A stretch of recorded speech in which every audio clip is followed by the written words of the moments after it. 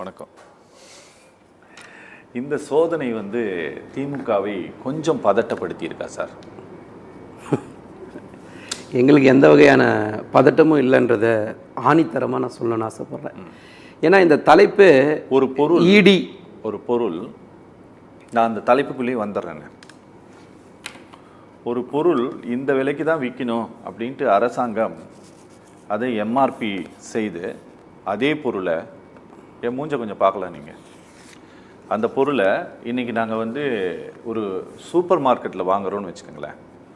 அந்த சூப்பர் மார்க்கெட்டில் வாங்குகிற அந்த பொருள் கூடுதலாக 10 ரூபாய்க்கு வாங்கிட்டான் அப்படின்னா நாங்கள் புகார் கொடுப்பதற்கு அரசு அதிகாரிகிட்ட நாங்கள் புகார் கொடுக்க முடியும், ஒரு கம்ப்ளைண்ட் நாங்கள் கொடுக்க முடியும். ஆனால் அரசாங்கமே அதை விற்கிதுன்னு வச்சுக்கோங்களேன், அப்போ எங்கே போய் கம்ப்ளைண்ட் கொடுக்கறது?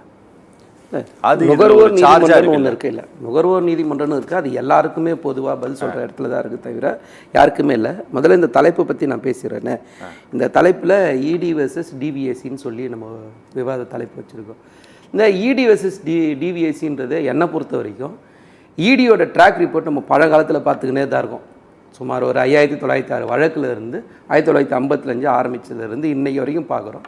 ஒரு 6000 வழக்கு சுமார்னு வச்சோம்னா இந்த 11 வருஷத்தில் எத்தனை வழக்கு பதியப்பட்டிருக்கு? அந்த வழக்கெலாம் யாருக்கு எதிராக பதியப்பட்டிருக்கு? அவர்கள்லாம் பிஜேபிக்கு போய் சேர்ந்துட்டாங்கன்னா, சுமார் ஒரு 25 பேர் பிஜேபியில் போய் சேர்ந்துருக்காங்கன்னா, அதில் 23 பேரோட வழக்கை வந்து நீங்கள் அப்படியே தள்ளுபடி பண்ணியிருக்கீங்க.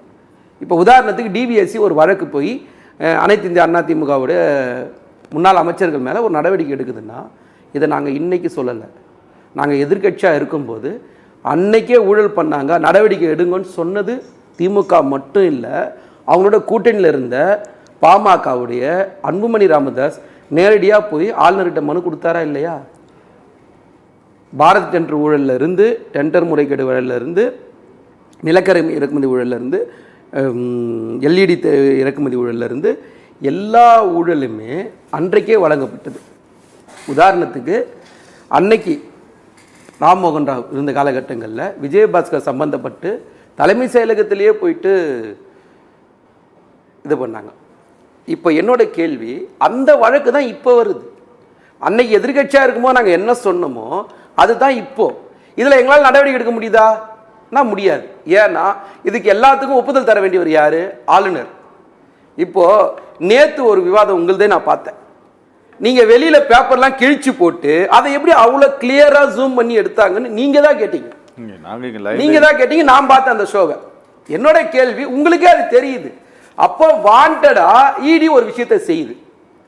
இப்போ இந்த வழக்கு சம்பந்தமே நம்ம பேசணும்னா, இப்போ நீங்க விசாகன் கூப்பிட்டு விசாரிக்கிறாங்க அப்படின்ற அந்த வழக்கு சம்பந்தமே நம்ம பேசணும்னா கூட பதியப்பட்டது மொத்த எஃப்ஐஆர் எத்தனை? 42. அதுல 32 எஃப்ஐஆர் யாரோட காலத்தில் பதிவுப்பட்டது? அதிமுகவோட ஆட்சியில் பதியப்பட்டது. இப்போ விசாரணைக்கு வந்திருக்கிறது எது சம்பந்தமா? அது சம்பந்தமா தான் வந்திருக்கு. இப்போ என்னோட கேள்வி, வழக்கமாக விஜயபாஸ்கர் வீட்டில் எடுத்த அந்த ஆதாரத்திலிருந்து நாங்கள் சொன்ன ஒரு பட்டியல் கொடுத்தோம், ஆளுநர்கிட்ட கொடுத்தோம். ஆளுநர் இன்னைக்கு வரைக்கும் அனுமதி தராமல் இருக்காரு. எல்லாமே பார்த்தீங்கன்னா எதோட கனெக்ட் ஆகுது? பிஜேபியோட கனெக்ட் ஆகுது. இந்த இடி டைரக்டர் சம்பந்தமாக உச்சநீதிமன்றம் என்ன கேள்வி கேட்டுச்சு? ஏன் உங்களுக்கு வேற ஆளே இல்லையான்னு கேட்டுச்சா கேட்கலையா உச்சநீதிமன்றத்தில்? அப்போ நீங்கள் அவரை எதுக்கு பயன்படுத்தினீங்க? இப்போ உச்சநீதிமன்றம் சுனில்குமார் அகர்வால் சொல்லி சத்தீஸ்கர் மாநிலத்தை சேர்ந்தவர் உச்சநீதிமன்றம் இது வழக்கு சம்பந்தமாக பிஎம்எல்ஏல 19வது பிரிவை நீங்கள் பயன்படுத்தினா என்ன வேணா செய்யலான்ற கட்டத்தில் நீங்கள் போய் நிற்க வைக்கிறீங்க. கேட்டாங்களா இல்லையா உச்சநீதிமன்றம்? நம்ம பார்த்தோமா இல்லையா? இப்போ டிவிஎஸ்சின்றது ஊழல் தடுப்பு. நீங்கள் எங்கெல்லாம் உங்களுக்கு ஆகாதவங்க, உங்கள் சித்தாந்தத்துக்கு ஆகாதவங்களாம் இந்த நாட்டை ஆள்றாங்களோ அங்கெல்லாம் நீங்கள் இடியை பயன்படுத்துறீங்கன்ட்டு ஒரு வழக்கில் இல்லை, பல வழக்கில். அதை தான் சகோதரர் சொன்னார். டெல்லியில் இருந்து, தெலுங்கானாவில் சந்திரசேகர் மகள் கவிதாவில் இருந்து, சிபுசோரன் அவங்க பையன் ஹேமந்த் சோரன், அந்த கட்சியை உடைக்கிற அளவுக்கு இவங்க போனாங்களா இல்லையா? நீங்கள் இடியை வச்சு என்ன செஞ்சீங்க? இடி ரெய்டு போன ஒரு வாரத்துக்குள்ள தேர்தல் பத்திர முறைகேடு சம்பந்தமான தேர்தல் கலெக்ஷன் பண்ணீங்களா இல்லையா? எலக்ட்ரோல் பாண்டில் ஆதார் இருக்கா இல்லையா? இது சம்பந்தமா நீங்க என்னைக்காவது ஒரு இடத்துல பிஜேபி இது பேசிச்சா? வெளிப்படையா ஈடிய உங்களுக்கு ஆகாதவங்க மேல தான் நீங்க பயன்படுத்துறீங்களே தவிர எங்கேயாவது எந்த மாநிலத்திலேயாவது நம்ம திரும்ப சொல்லணும், அஜித் பவாரை இதே பிரதமர் மேடையில் பேசும்போது என்ன சொன்னார்? சார் நான் ஒன்று கேட்டுறேன், நீங்கள் சொல்கிறதெல்லாம் எனக்கு புரியுது, அவங்க நிறைய பண்ணிட்டு இருக்கிறாங்க, அதெல்லாம் எங்களுக்கு புரியுது. நீங்கள் முன்னாள் அமைச்சர் சேவூர் ராமச்சந்திரன் மேலே எஃப்ஐஆர் ஃபைல் பண்ணி அவங்க வீட்டில் ரெய்ட் நடந்திருக்குது.